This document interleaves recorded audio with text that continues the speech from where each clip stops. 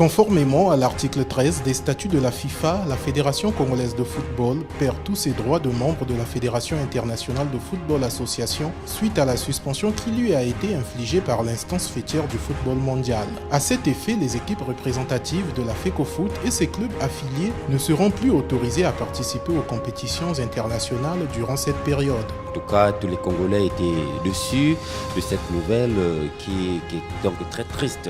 Cela veut tout simplement dire que le Congo ne va plus participer à toutes les compétitions internationales.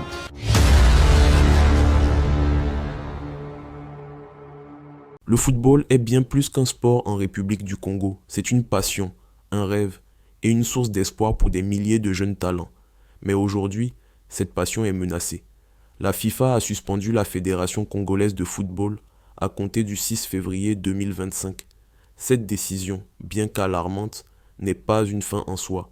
Dans cette vidéo, nous vous expliquons les raisons de cette suspension, les exemples inspirants d'autres pays qui ont surmonté une telle situation, que le gouvernement, sous le leadership de son Excellence le Premier ministre Anatole Koliné Makosso, prendra pour redresser la situation.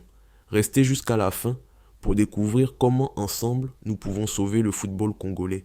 Selon la lettre officielle de la FIFA, la suspension de la FECOFOOT est due à des violations des statuts de la FIFA, notamment en ce qui concerne la gouvernance et la gestion de la fédération. Cette suspension signifie que les équipes nationales et les clubs congolais ne peuvent plus participer aux compétitions internationales. En tout cas, tous les Congolais étaient déçus de cette nouvelle qui est donc très triste. D'autant plus que nous savons que le football au niveau de notre pays est dirigé par l'instance suprême qui est donc la FIFA. Cela veut tout simplement dire que le Congo ne va plus participer à toutes les compétitions internationales. Et même ce que nous faisons au niveau national n'a plus d'effet. Et donc du coup, c'est vraiment quelque chose de choquant et de tristesse, disons. La FECOFOOT perd l'accès au programme de développement et de formation de la FIFA et de la CAF. Aucune relation sportive ne peut être entretenue avec la FECOFOOT pendant la durée de la suspension. C'est un coup dur pour le football congolais, mais pas une fatalité. La suspension de la FECOFOOT n'est pas sans précédent.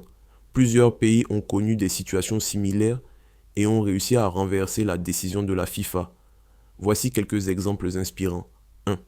Le Nigeria en 2014. La Fédération nigériane de football a été suspendue par la FIFA en raison d'ingérences gouvernementales. Après des réformes rapides et une restructuration de la fédération, la suspension a été levée en seulement 2 semaines. 2. Le Pakistan en 2021. Le Pakistan a été suspendu pour des raisons similaires à celles de la FECOFOOT, grâce à une collaboration étroite entre le gouvernement et les instances aux puissances footballistiques. La suspension a été levée après plusieurs mois de réformes. 3. Le Kenya, 2022. Le Kenya a également été suspendu par la FIFA.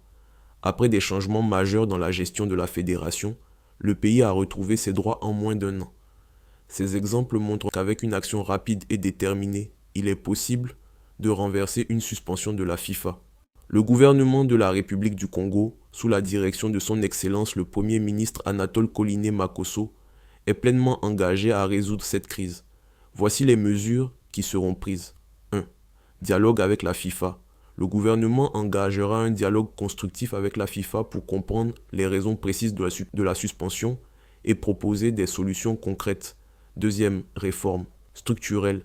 Des réformes mises en place pour améliorer la gouvernance et la transparence de la FECOFOOT. Cela inclut la nomination de nouveaux dirigeants compétents et intègres. 3. Collaboration avec la CAF.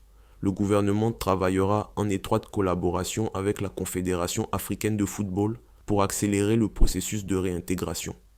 4. Soutien aux joueurs et clubs. Des mesures seront prises pour soutenir les joueurs et les clubs affectés par cette suspension, afin de préserver l'avenir du football congolais. Le Premier ministre Anatole Koliné Makosso estime que le football est l'âme de notre nation. Il est prêt de faire tout ce qui est en notre pouvoir pour redresser la situation et ramener la joie dans le cœur de nos jeunes talents.